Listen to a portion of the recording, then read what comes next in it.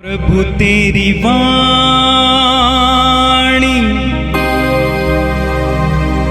जीवन की रोटी,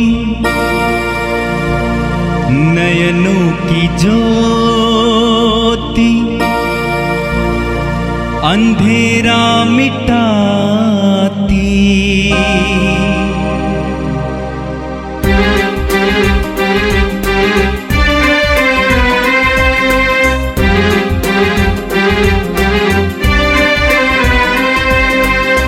प्रभु तेरी वाणी जीवन की रोटी, नयनों की ज्योति, अंधेरा मिटाती। प्रभु तेरी वाणी जीवन की रोटी, नयनों की ज्योति, अंधेरा मिटाती। वाणी वाणी वाणी वाणी वाणी पवित्र है, शाश्वत है, जीवन का मन्ना है। 10 दिसंबर बृहस्पतिवार। पहला पाठ नबी इशायाह का ग्रंथ अध्याय 41 वचन संख्या 13 से 20 तक। मैं तुम्हारा प्रभु ईश्वर हूँ। मैं तुम्हारा दाहिना हाथ पकड़कर तुमसे कहता हूँ, मत डरो, देखो मैं तुम्हारी सहायता करूँगा। हे याकूब, हे इस्राएल, तुम कीड़े जैसे हो गए हो। प्रभु कहता है, मैं तुम्हारी सहायता करूँगा। इस्राएल का परम पावन प्रभु तुम्हारा उद्धारक है।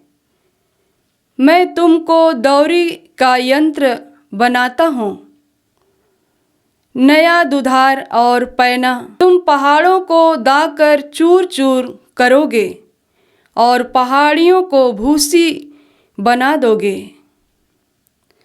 तुम उन्हें ओसाओगे, हवा उन्हें उड़ा ले जाएगी और आंधी उन्हें छितरा देगी। तुम प्रभु में आनंद मनाओगे, प्रभु इस्राएल के परम पावन ईश्वर पर गौरव करोगे।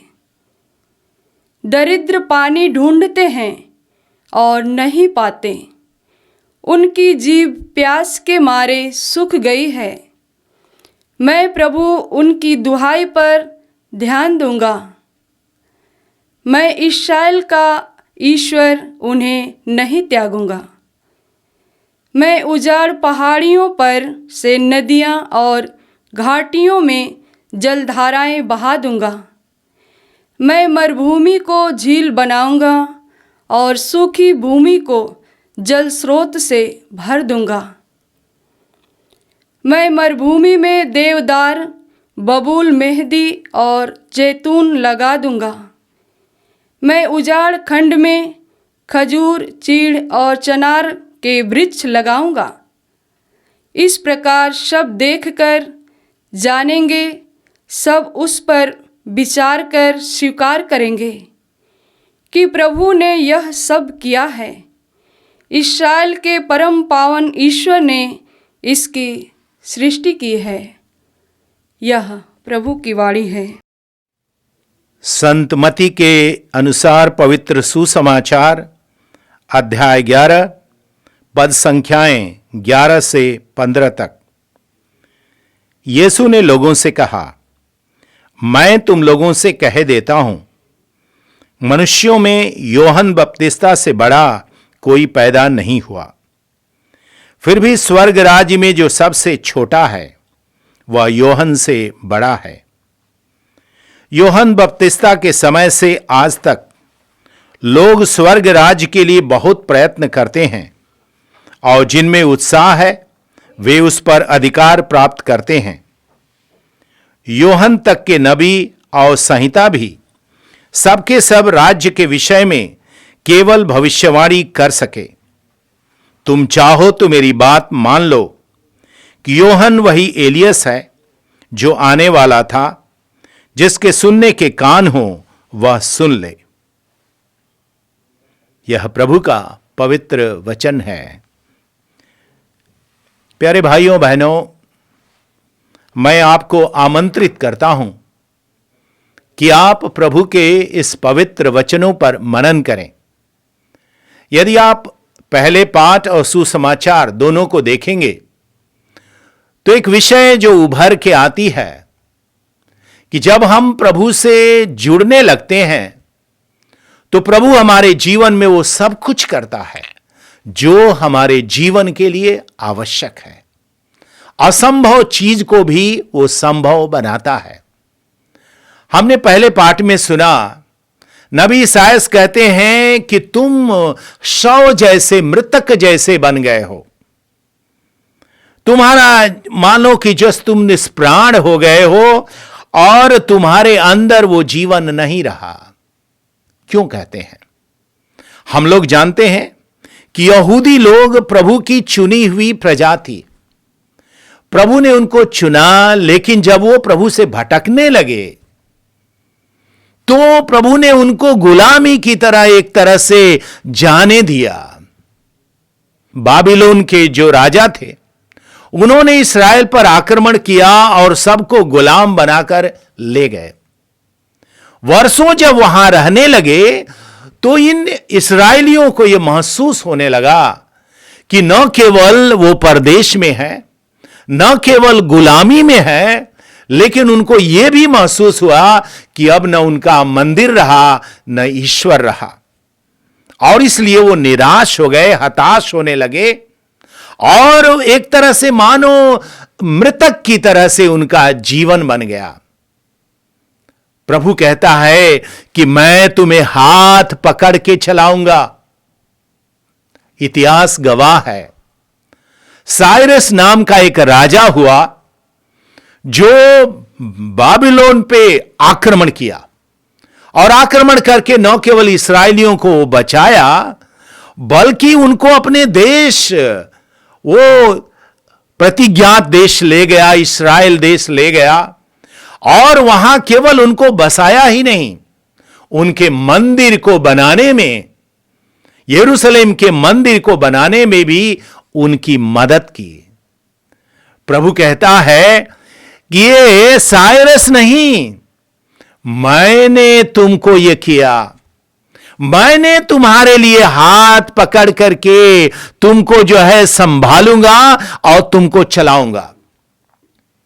प्रभु कहते हैं कि जब तुम निराश हो गए हो, चिंता मत करो, जब मैं तुम्हारा हाथ पकड़ा हूं तुम आगे बढ़ोगे। और वही वादा करते हैं कि तुम्हारी मरुभूमि में भी अब जो है पौधे उगेंगे। जो जहां पर मरुस्थल था वहां पर भी जलधाराएं बह निकलेगी, वहां जीवन का स्रोत निकलेगा। जब हम लोग प्रभु से दूर होने जाते हैं, अपने पापों के कारण, गुनाहों के कारण उनसे अलग होने लगते हैं, तो हमारा जीवन मानो एक मृतक के समान बन जाता है। हमारे अंदर जो उत्साह, जो शांति, जो आनंद होना चाहिए वो नहीं होता। लेकिन प्रभु कहता है मैं तुम्हें छोड़ूंगा नहीं, मैं तुम्हारा हाथ पकड़ करके चलाऊंगा। और जो तुम निराशा में हो, तुम्हारे अंदर वो आशा पैदा करूंगा।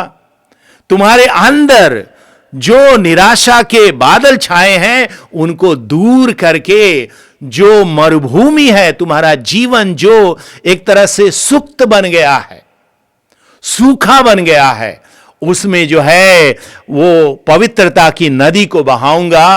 और जहां कुछ नहीं है, अब कोई आशीष नहीं, कृपा नहीं, निराश हो तुम, वहां पर मैं आशा के दीप जलाऊंगा। तुम्हारे अंदर वो अच्छे अच्छे पौधे, अच्छे अच्छे गुण और कृपा पैदा होंगे। इसी बात को सुसमाचार में भी प्रभु कहते हैं। वहां उदाहरण देते हैं योहन बपतिस्ता का। वो कहते हैं कि योहन बपतिस्ता से बड़ा कोई पैदा नहीं हुआ, लेकिन स्वर्ग राज्य में जो सबसे छोटा है वो भी योहन बपतिस्ता से महान है।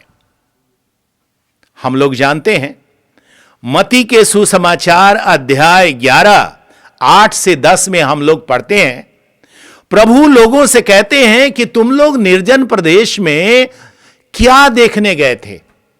वो लोग गए थे यूहन्ना बपतिस्ता से मिलने, और वो यूहन्ना बपतिस्ता से मिलने के लिए जब गए तो पूछते तुम लोग क्या देखने गए थे? हिलते हुए सरकंडे को देखने गए थे। सरकंडा हवा की झोंके से ही एकदम हिलने लगता है। प्रभु कहते हैं कि वो सरकंडा नहीं है, जो कि वास्तव में समस्या आने पर, दिक्कत आने पर हिलने लगता है, अपने हृदय से जो है टलने लगता है। लेकिन ऐसा मजबूत व्यक्ति वो यूहन्ना जो प्रभु के लिए खड़ा रहा, और जब कुर्बानी भी देनी पी तो कुर्बानी भी दिया। फिर दूसरी बात वो कहते हैं क्या देखने गए थे? एक राजसी वस्त्र पहने हुए कुछ ऐसे एक रॉयल व्यक्ति को, और उसे भी प्रभु कहते हैं ऐसा नहीं है। प्रभु का कहना है कि यूहन्ना बपतिस्ता वो हिलता हुआ सरकंडा नहीं है जो मुसीबत आने पर वो जो है हिलने लगता है, विचलित हो जाता है। वह ऐसा महान जो है मजबूत एक प्रभु का सेवक है, जो अपनी कुर्बानी के लिए भी तैयार हो जाता, लेकिन अपने उस समर्पण से हटता नहीं। और हम जानते हैं कि यूहन्ना बपतिस्ता ने अपनी शहादत भी दी, प्रभु की साक्षी में अपना रक्त भी बहाया। वही यूहन्ना को आगे वो कहते हैं कि क्या देखने गए थे? मखमल पहने हुए, बैगनी वस्त्र पहने हुए कुछ धनी अमीर आदमी को। हम लोग जानते हैं वो तो चमड़े का कपड़ा पहनता था, सन्यासी आदमी था। और प्रभु कहते हैं ऐसा नहीं है। इस तरह से प्रभु उसकी महानता को स्वयं बताते हैं। लेकिन इतना होने हुए भी कि वो यूहन्ना ईश्वर द्वारा भेजा गया, ईश्वर द्वारा चुना गया, और वो ईश्वर के लिए समर्पित था। ऐसे एक व्यक्ति की तुलना अपने शिष्यों को देख के कहते हैं कि स्वर्ग राज्य में जो सबसे छोटा है वो भी यूहन्ना से महान है। एक शिष्य जो आप भी हैं, आप भले ही सबसे छोटे हो, यदि आपने प्रभु को अपनाया है तो प्रभु भी आपको वैसे ही स्वर्ग में महान बनाता है, और वहां पर वो ईश्वरीय महानता का आप अनुभव करते हैं। अंत में प्रभु कहते हैं तुम चाहो तो मेरी बात मान लो, एलियस आ चुका है। हम लोग जानते हैं पुराने व्यवस्थान में यहूदी लोग यही विश्वास करते थे कि मसीह के आने के पहले एलियस आएंगे, जो प्रभु के लिए मार्ग तैयार करेंगे, जिनके विषय में कहा गया था इसायाह नबी के ग्रंथ में कि वो उजाड़ प्रदेश में पुकारने वाले की आवाज है, प्रभु के मार्ग सीधे कर दो, घाटियों को भर दो, पहाड़ों को समतल कर दो। और प्रभु इस यूहन्ना का, संत यूहन्ना बपतिस्ता का उदाहरण देते हुए कहते हैं कि वो यूहन्ना बपतिस्ता के रूप में एलियस आ चुके हैं, और इस तरह से उनको जो है वो महान बनाते हैं, और उस महानता को जो प्रभु के अग्रदूत बन के यूहन्ना बपतिस्ता आए थे उस चीज को प्रकट करते हैं। और इस तरह से नबियों की जो नबूवत थी कि मसीह आने के बाद एलियस आएंगे, वो आ चुके हैं। और इस तरह से हमें प्रेरणा मिलती है दोनों पाठों को लेते हुए कि जब हम प्रभु से दूर हो जाते हैं तो मानो हमारा जीवन मृतक जैसे बन जाता है। पाप की बेड़ियों में जब हम जकड़ जाते हैं तो हमारा आध्यात्मिक जीवन मानो मर जाता है। लेकिन प्रभु कहता है तुम चिंता मत करो, मैं तुम्हारा हाथ पकड़ूंगा। और प्रभु ने वही किया हमारे जीवन में भी। जब हम एक शिष्य की तरह से प्रभु की तरफ मुड़ते हैं तो हमारे जीवन में वो हरियाली लाता है, हमारे सूखेपन में वो स्रोत बन करके बहने लगता है और हमको वो जीवन की राह दिखाता है। आइए हम प्रार्थना करें। दयालु परमेश्वर, हम धन्यवाद देते हैं कि तूने हम सबको एक शिष्य के रूप में चुना है। एक शिष्य के रूप में हम प्रभु आपको अपनाते हैं और आज हमें वो महिमा आप दे रहे हैं, बता रहे हैं कि हम स्वर्ग में कितने महान होंगे, यूहन्ना से भी महान होंगे।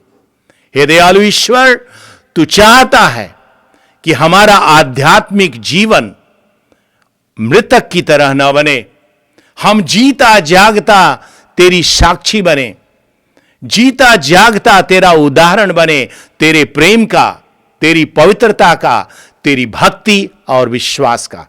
प्रभु, जो लोग भी वचन सुन रहे हैं सबको विश्वास का दान दे कि तू हमारे साथ है, तुम्हारे हाथ को पकड़ा हुआ है और हम कभी विचलित नहीं होंगे।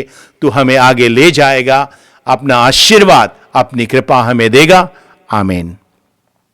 प्रभु तेरी वाणी जीवन की रोटी, नयनों की ज्योति अंधेरा मिटाती। वाणी वाणी वाणी वाणी वाणी पवित्र है, शाश्वत है, जीवन का मन्ना है।